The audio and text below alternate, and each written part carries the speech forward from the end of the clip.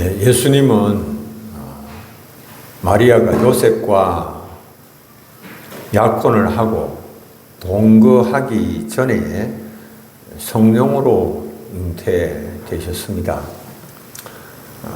요셉이 이 사실을 알고는 드러내지 않고 마리아와의 관계를 가만히 끊고자 하였습니다. 그때 주의 사자가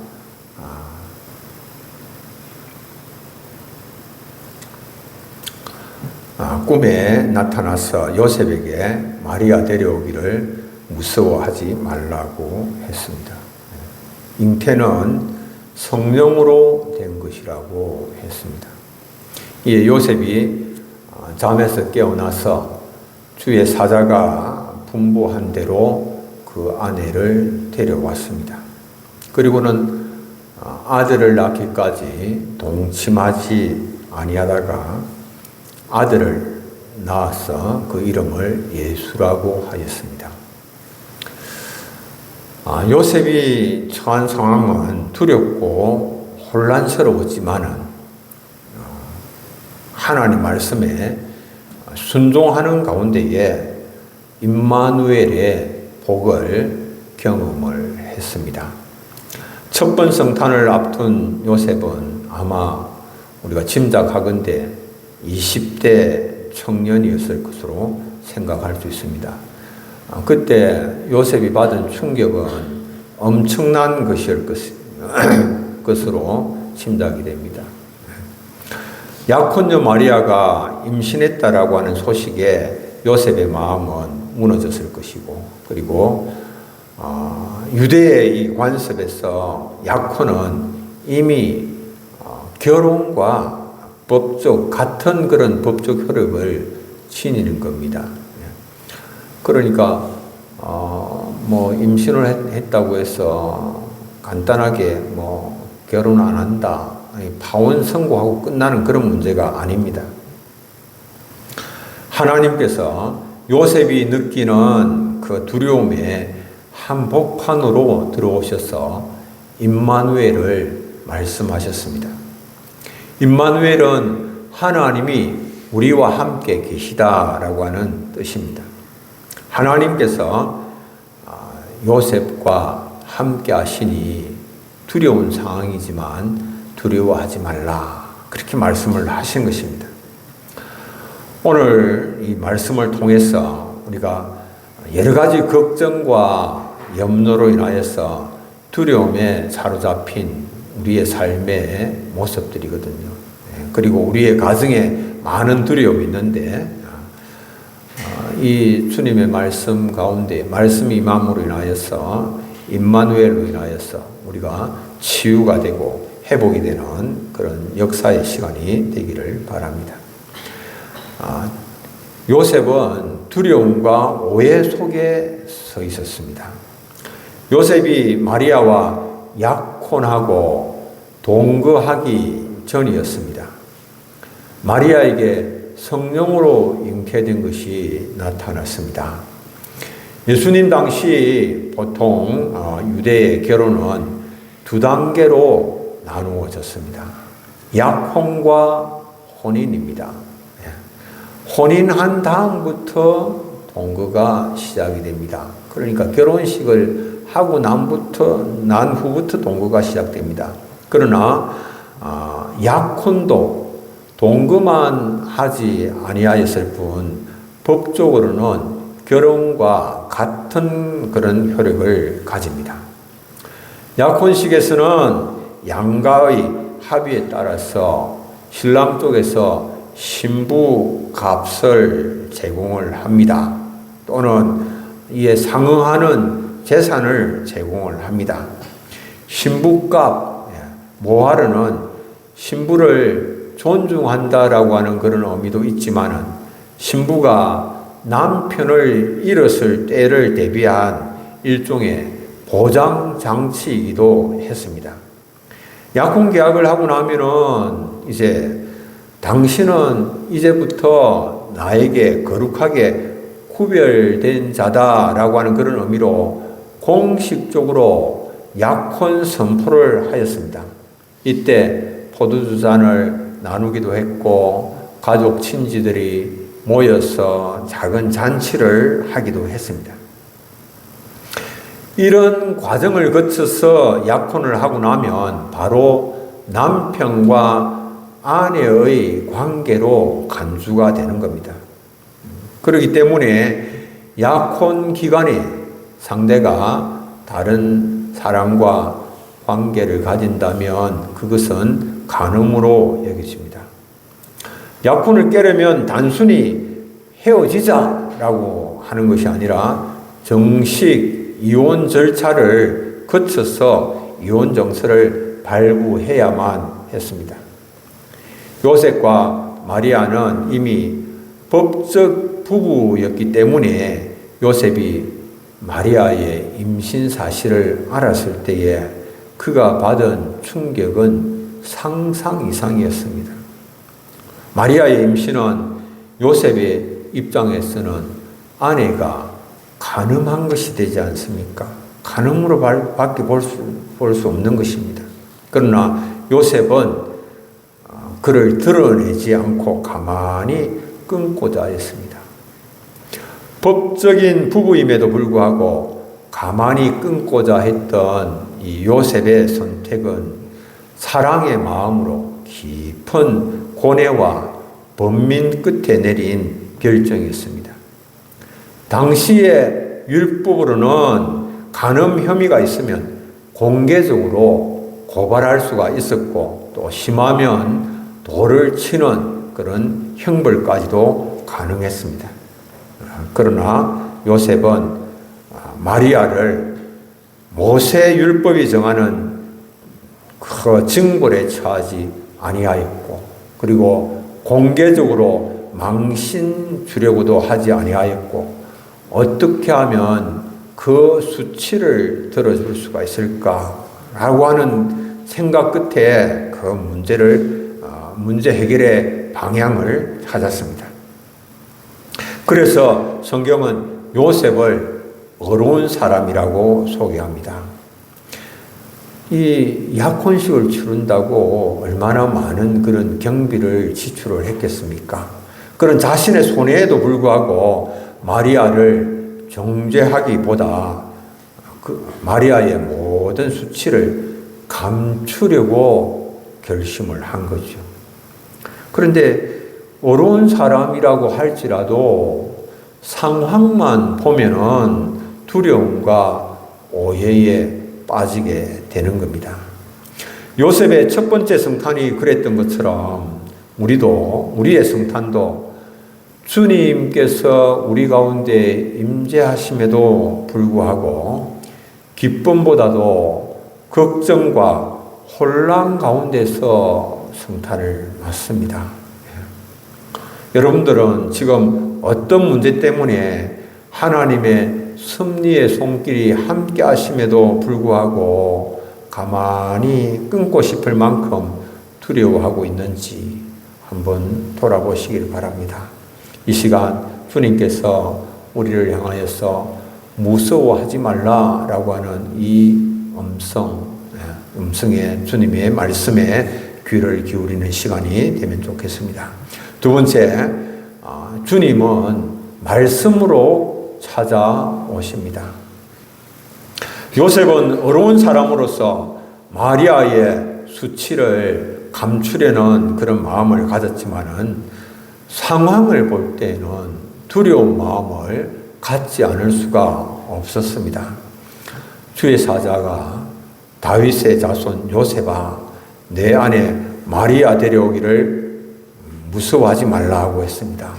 무서워한다라고 하는 이 말은 단순히 겁이 난다라고 하는 그런 뜻만이 아니고 부담스럽다, 주저가 된다, 두려워서 피한다라고 하는 이런 뜻을 가지고 있습니다. 요셉의 두려움, 무엇에서 비롯된 것이겠습니까?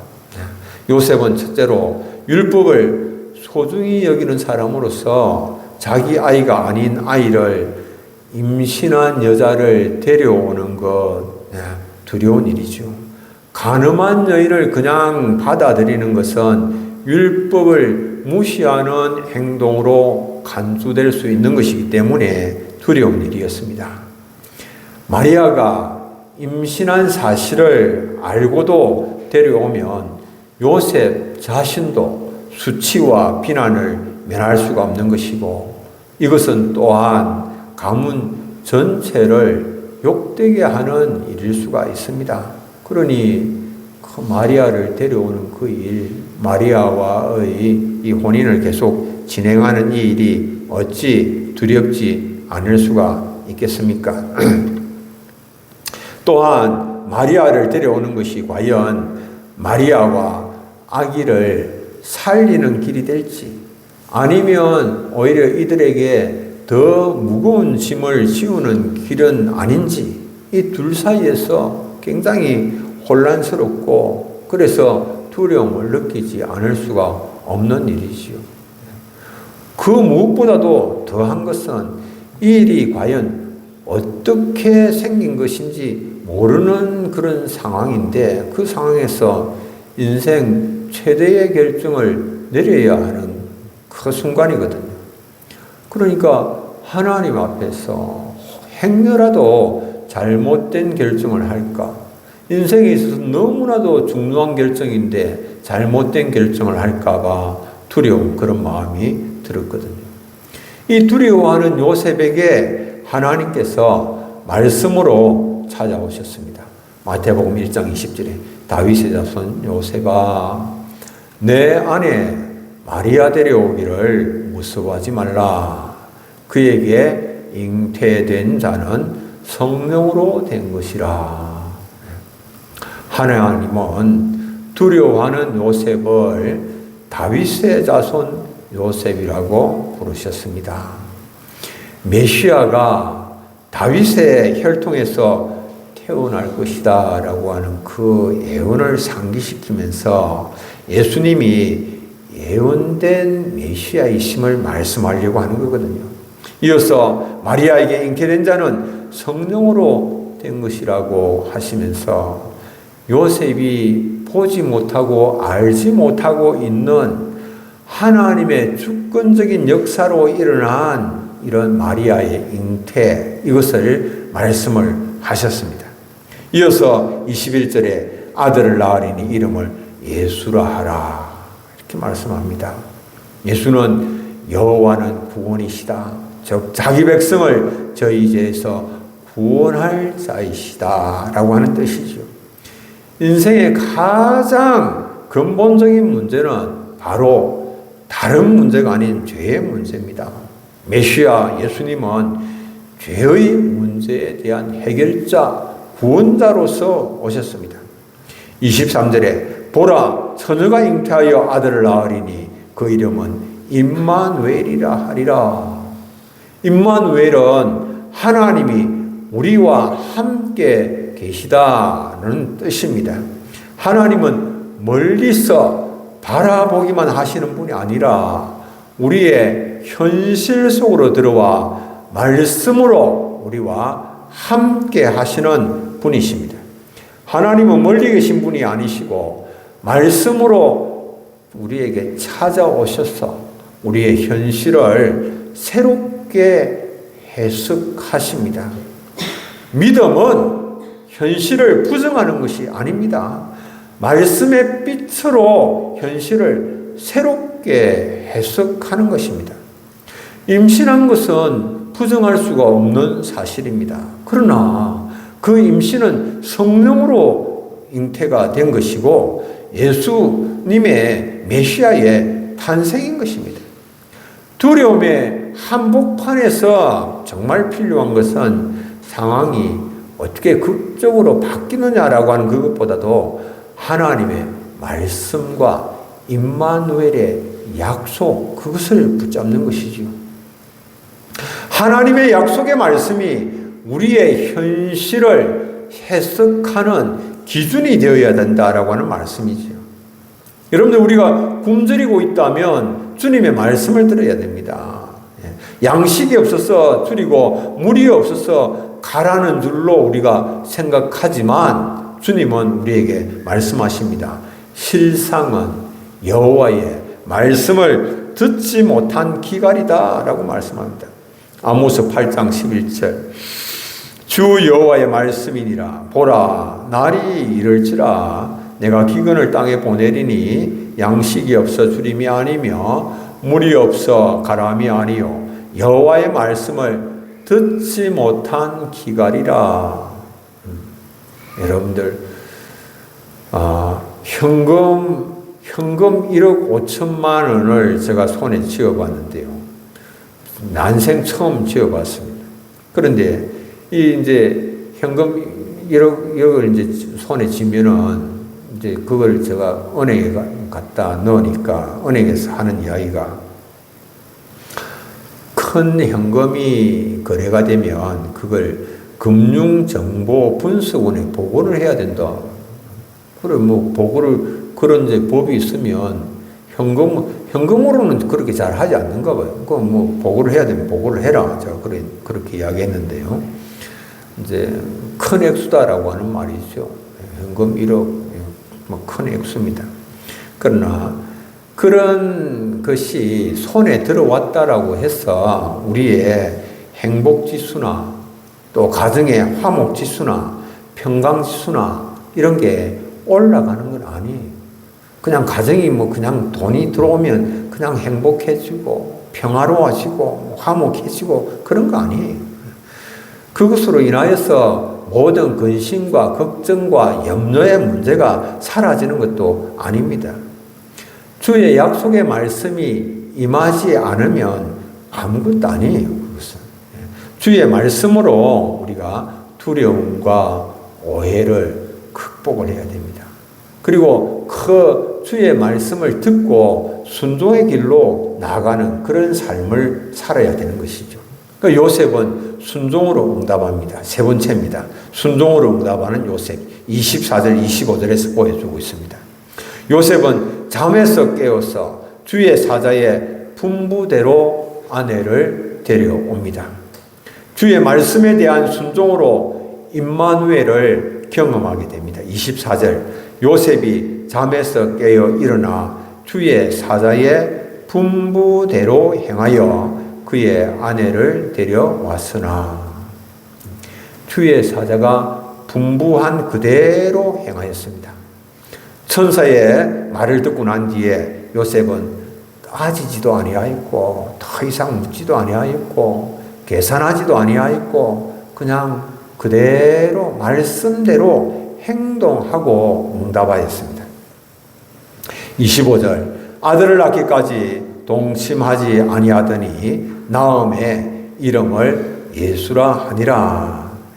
요셉은 율법과 말씀을 따라 예수님께 법적 아버지로서의 책임을 다하였습니다.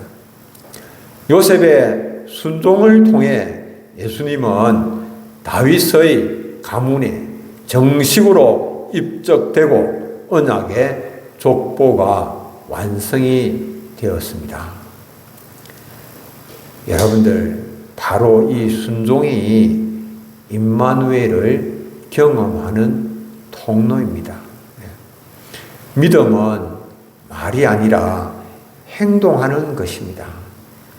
말씀을 따라서 행동하며 한 걸음을 내딛는 것입니다.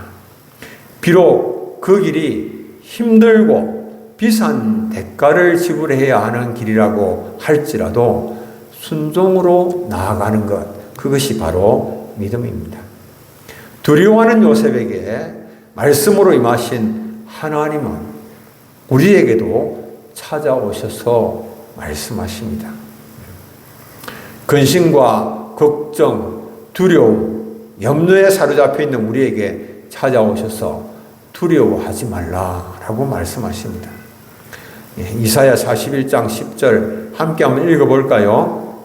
두려워하지 말라, 내가 너와 함께함이라. 놀라지 말라, 나는 내 하나님이 됨이라. 내가 너를 굳세게 하리라. 참으로 너를 도와주리라. 참으로 나의 어려운 오른손으로 너를 붙들리라. 아멘. 주님께서 참으로 나의 어려운 오른손으로 너를 붙들리라고 말씀을 하실 때에 우리는 그 말씀에 순종하여서 행동해야 됩니다. 어떤 작은 순종의 걸음을 내디뎌야 할까? 주님께서 우리를 주의 오른손으로 붙드시겠다고, 우리와 함께 하시겠다라고 말씀할 때에 우리는 다른 사람에게 대하여서 먼저 용서의 손을 내밀 수가 있습니다. 주님의 말씀에 순종하여서 먼저 내가 화해의 손을 내밀 수가 있습니다. 먼저 내가 주님 앞에 헌신하겠습니다 결정하고 나아갈 수가 있습니다. 먼저 다른 무엇보다도 내가 먼저 하나님을 기쁘시게 하는 온전한 예배자로 서겠습니다 결단하고 나아갈 수가 있는 것입니다. 임마누엘의 축복, 하나님이 우리와 함께 하심으로 말미암아 하나님께서 우리의 삶을 지키시고 보호하시고 인도하시는 그 축복은 우리가 주님의 말씀을 듣고 순종할 때에 구체적으로 내 삶 속에서 일어나는 것이고 경험되어지는 것입니다. 마지막 결론입니다. 요셉이 맞은 첫 번째 성탄은 두려움 속에서 시작되었습니다. 두려움 가운데에 하나님의 말씀이 임하였고 말씀에 대하여서 순종의 걸음을 내디뎠을 때에 임마누엘을 경험하게 되었습니다. 하나님은 두려움과 불안에 떨고 있는 우리와 우리의 이웃이 이번 성탄절에 임마누엘을 경험하기를 원하십니다. 두려움과 불안 속에 지내고 있는 가족들, 친지들, 이웃들, 태신자에게 하나님께서 너와 함께 계신다. 이 임마누엘의 복음을 전하시고 12월 25일 다 함께 하는 예배의 자리, 축복의 자리로 초청할 수 있는 우리 사랑하는 성도님들 다 되시기를 바랍니다. 우리 찬송 한 장 함께 부르고 말씀을 기억하면서 우리의 통성으로 기도하도록 하겠습니다.